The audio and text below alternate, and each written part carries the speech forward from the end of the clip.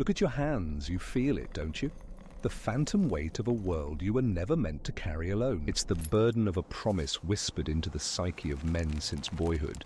The promise of unconditional love. You are told it is the purest form of affection, a love without limits, without demands, a love you must give. But here is the truth, the one that coils in the pit of your stomach when the room goes quiet.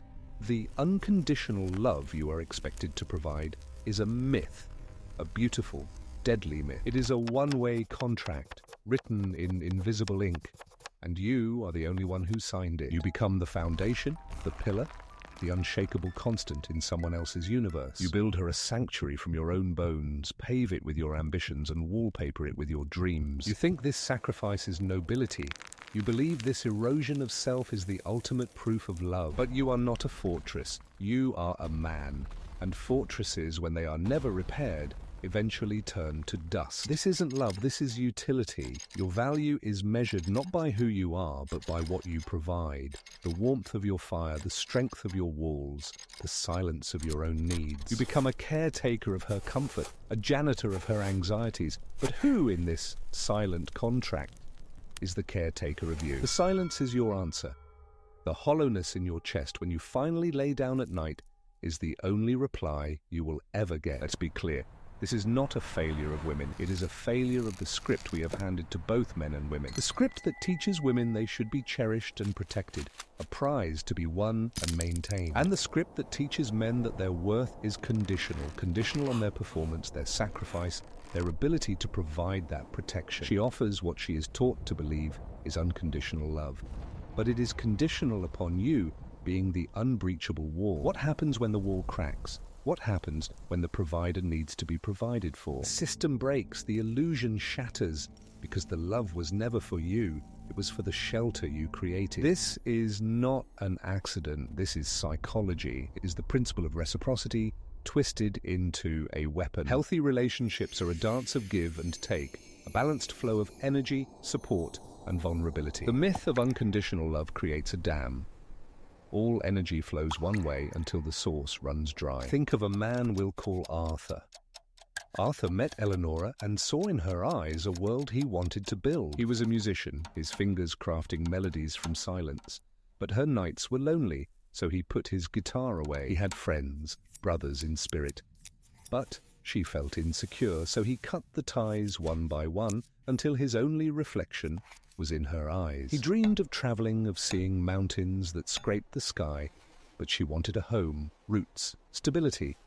So he traded his compass for a hammer. He worked tirelessly, building a life for her. His exhaustion was a badge of honor. His sacrifice was the language of his love. And Eleanora, she loved the home.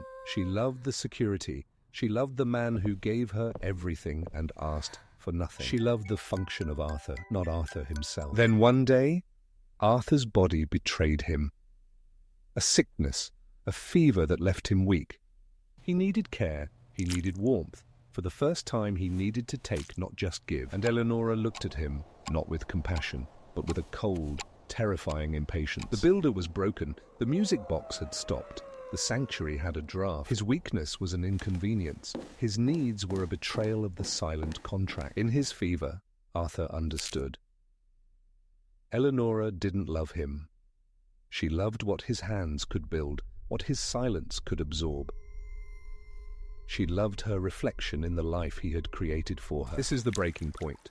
The moment the myth dissolves into toxic sludge. It is here that men are truly destroyed, not by the leaving, but by the realization that they were never truly there at all. They were ghosts in their own lives. The emptiness that follows is profound. It's the echo in a house you built that is no longer yours. It's the silence where your music used to be. But this rock bottom is where the real work begins. The transformation is not about finding a better love, but about rebuilding a better self. You must mourn the man who erased himself for acceptance. You must kill the ghost that lives to serve. The truth is, healthy, mature love is not unconditional. It is fiercely conditional. It is conditional on mutual respect. I will love you provided you see my humanity, not just my utility. It is conditional on shared growth. I will love you provided we both agree to climb the mountain, not ask one to be the mountain for for the other. It is conditional on individual sovereignty. I will love you provided my love for you does not require the death of my love for myself. Stop building pedestals for others. The view is nice, but the weight will crush you. Your first duty is not to be a rock for someone else to stand on. It is to be the sculptor of your own soul. Build yourself. Find someone who is not looking for a finished temple to worship in, but a fellow sculptor to build alongside. That is the love that saves, not the one that destroys.